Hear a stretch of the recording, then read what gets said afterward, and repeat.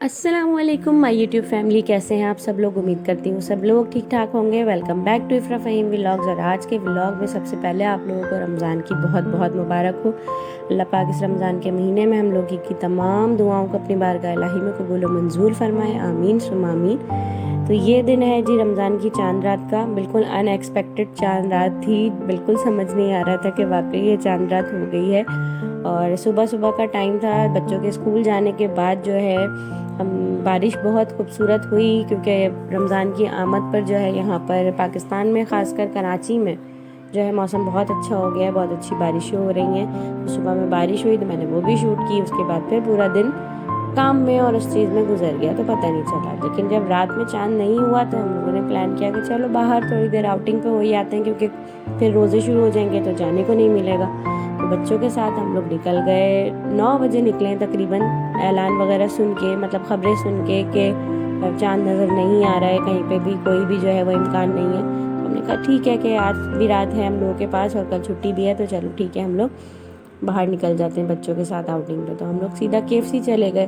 KFC पर हम लोगों ने ऑर्डर वगैरह पास किया। ऑर्डर दे के फिर हम बैठे ही थे, हमारा ऑर्डर आया ही था, एकदम से जो है वो एक लड़के ने ऐलान किया कि भाई रमज़ान का चांद सबको मुबारक हो, चांद नज़र आ गया।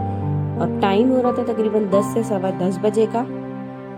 और सब लोग जो बैठे हुए थे वो सब लोग जो है परेशान भी हो गए और हंसी भी आने लगी कि ये कौन सा टाइम है चांद दिखने का और ऐलान करने का। तो बहुत ही ज़्यादा बुरा लगा उस टाइम पे सुन के। लेकिन फिर बाद में सोचा कि रमज़ान का चांद है, मुबारक महीना है, इसमें वो क्या कर सकते हैं। लेकिन हम इसमें हमारा क्या कसूर है भाई, हमने तो ना चांद देखा है ना कुछ है। तो खैर फिर हम लोग जल्दी जल्दी से अपना मील जो हमने मंगाया था उसको फिनिश किया जैसे तैसे करके। शुक्र है कि ज़्यादा नहीं मंगाया था, वरना सहरी भी नहीं की जाती। तो वो फिनिश करने के बाद फिर हम निकले। और निकलने के बाद फिर हम डायरेक्ट पहुँचे अपनी ससुराल, क्योंकि वहाँ से भी कॉल्स आ रही थी। दूसरा ये कि मुझे ससुराल में ही तमाम रोज़े और सहरी गुजारनी है, खोलनी है, क्योंकि मेरी देवरानी के माशाल्लाह अभी बेटा हुआ है और वो सीज़र से हुआ है, तो वो भी अभी बेड रेस्ट पे ही है। तो इसलिए वहाँ पे भी हम लोगों की ज़रूरत है। तो मैं, भाभी वगैरह हम लोग सभी जो है वहाँ जमा होंगे। तो कल जो है वो पहली सहरी थी, तो इसलिए सभी लोग माशाल्लाह से जमा हो गए थे। मेरी नंद भी आ गई थी, सारी देवरानियाँ जेठानियाँ भी जमा थी।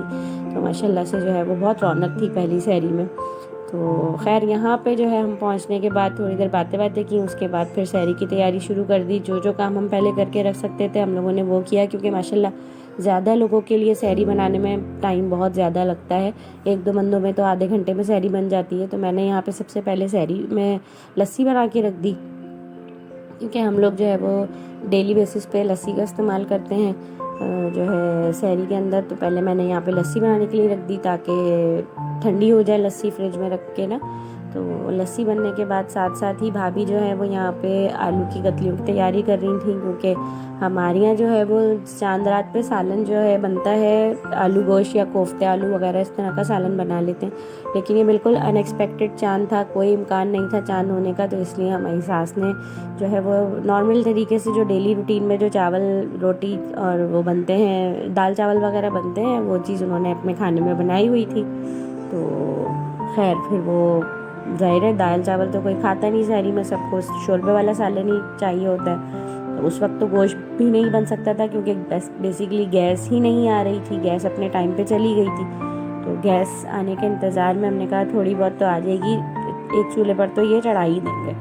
तो इसलिए आलू काटने की तैयारी हो गई थी। आलू की कतलियाँ सब जो है वो काट पीट के रख दी थी। फिर उसके बाद गैस आई, थोड़ी बहुत आई, वो भी बहुत मुश्किलों से आई।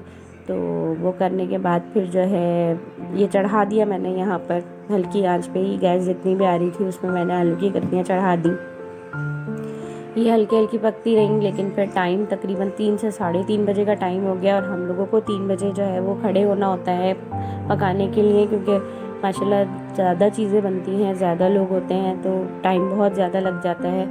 तो खैर फिर उसके बाद 3:30 बजे प्रॉपर गैस आई है, तो फिर तेज़ आंच पे काम हुआ है। जब तक जो है वो हल्की आती रही तो हल्की आंच पे ही हम लोग जो है वो गुजारे लायक काम करते रहे। तो सबसे पहले यहाँ पे जो है वो रोटियाँ बनना स्टार्ट हुई, क्योंकि कुछ लोग हैं जो रोटी खाते हैं, कुछ लोग हैं जो पराठे खाते हैं, कुछ लोग हैं जो घी वाली रोटी खाते हैं। सबकी अपनी अपनी फरमाइशें हैं और अपनी अपनी जो है वो पसंद है। तो उसी हिसाब से हम लोग जो है वो काम करने लगे, शुरू हो गए। मैं और भाभी यहाँ पे सबसे पहले हम लोगों ने रोटियाँ बनाई, सादी और घी वाली दोनों। उसके बाद फिर हम लोगों ने पराठे डालना शुरू किए। तो पराठों में जो है वो ज़्यादा टाइम लगता है, क्योंकि ज़ाहिर है पराठों को सेकने में भी गैस भी ज़्यादा चाहिए होती है, प्रेशर ज़्यादा चाहिए होता है। और दूसरी बात ये कि वो गरम गरम सर्व किए जाते हैं तो उसी वक्त ही अच्छे भी लगते हैं। तो खैर फिर हो गया था, अल्लाह का शुक्र है कि टाइम टू टाइम सारे काम हो गए। माशाल्लाह लोग ज़्यादा थे करने वाले, तो इसलिए जो है वो टाइम पे सारा काम हो गया। सहरी से पहले हम लोग जो है वो माशाल्लाह से फारिग हो चुके थे, बर्तन वगैरह धो के सब कुछ क्लीन करके। तो पहली सहरी थी, कुछ समझ नहीं आ रहा था किस तरीके से मैनेज करें। आहिस्ता आहिस्ता ये कि आदत भी बन जाएगी, रूटीन में भी आ जाएगा। यहाँ पे पहले पराठे, रोटी हो गई, उसके बाद फिर पराठे बनना स्टार्ट हुए। पराठे हमारे यहाँ जो है वो चकोर वाले बनते हैं, क्योंकि वो थोड़े भारी होते हैं, डबल पेड़े के होते हैं, तो इसलिए थोड़े भारी होते हैं। सबको वही पसंद है, गोल वाले पराठे इतने पसंद नहीं हैं। या फिर सालन के ऊपर भी डिपेंड करता है, अगर कोई सब्ज़ी वगैरह होती है तो फिर सादे वाले पराठे बन जाते हैं। वैसे अमूमन ये चकोर वाले ही पराठे बनते हैं। तो सबके लिए जो है वो गरम गरम चकोर वाले पराठे यहाँ पे बना के सर्व किए। उसके साथ साथ फिर अंडे भी होते हैं, सालन भी होता है, लस्सी भी होती है, चाय भी होती है। तो माशाल्लाह वो बड़ा पूरा दस्तरखान होता है। और माशाल्लाह से बच्चे भी बड़े हैं, तो सभी माशाल्लाह बच्चे भी रोज़े रखते हैं, बड़े तो रखते ही रखते हैं। तो काफ़ी जो है वो टाइम लग जाता है इन सब चीज़ों में। और बहुत मज़े के क्रिस्पी से ये पराठे यहाँ पे बन के तैयार हो रहे थे। तो तकरीबन 8-10 तो बना लिए थे। उसके बाद फिर दस्तरखान लगा दिया था यहाँ पर। ये घर की सारी लेडीज़ ही लगी हुई थी, उसके बावजूद भी जो है वो भांजे को हमारे लगना पड़ा किचन में आके अंडे वगैरह फेंटने के लिए, क्योंकि जो है इतनी जो है टाइमिंग की शॉर्टेज हो जाती है जब इन सब चीज़ों को मैनेज करना इतना मुश्किल हो जाता है। तो जल्दी जल्दी से दस्तरखान लगाया बच्चों ने। साथ ही साथ किचन का हाल भी आप लोग देख रहे हैं, माशाल्लाह इतना बड़ा किचन है, लेकिन कोई जगह नहीं थी जो कि फ्री हो या खाली हो।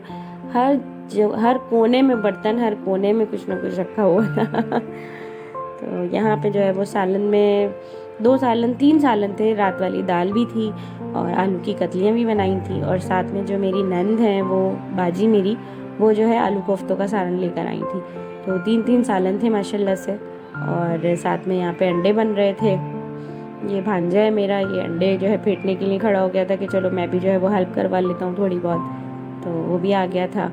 और पराठे अभी तक बन ही रहे थे, लोग बैठ चुके थे खाने के लिए, लेकिन पराठे मुसलसल जा ही रहे थे, क्योंकि माशाल्लाह बच्चों को भी गर्म चाहिए होता है, बड़ों को भी गर्म चाहिए होता है। तो यहाँ पे आयशा आई थी, ये मेरी भतीजी है, इनका मुन्ना भाई आया है छोटा सा, तो ये जो है बहुत खुश है।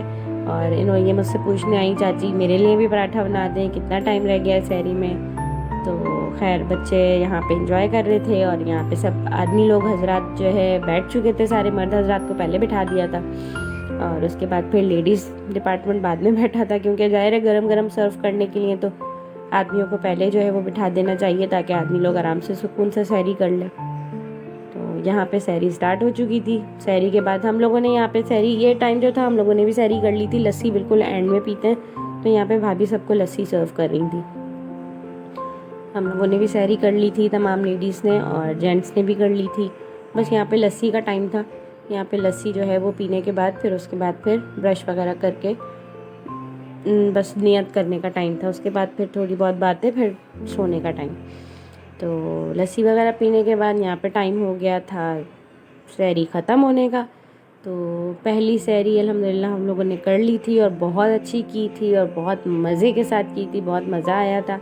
बस गैस की थोड़ी टेंशन थी, लेकिन गैस भी अल्हम्दुलिल्लाह टाइम से थोड़ा लेट आई थी, लेकिन शुक्र है कि आ गई थी।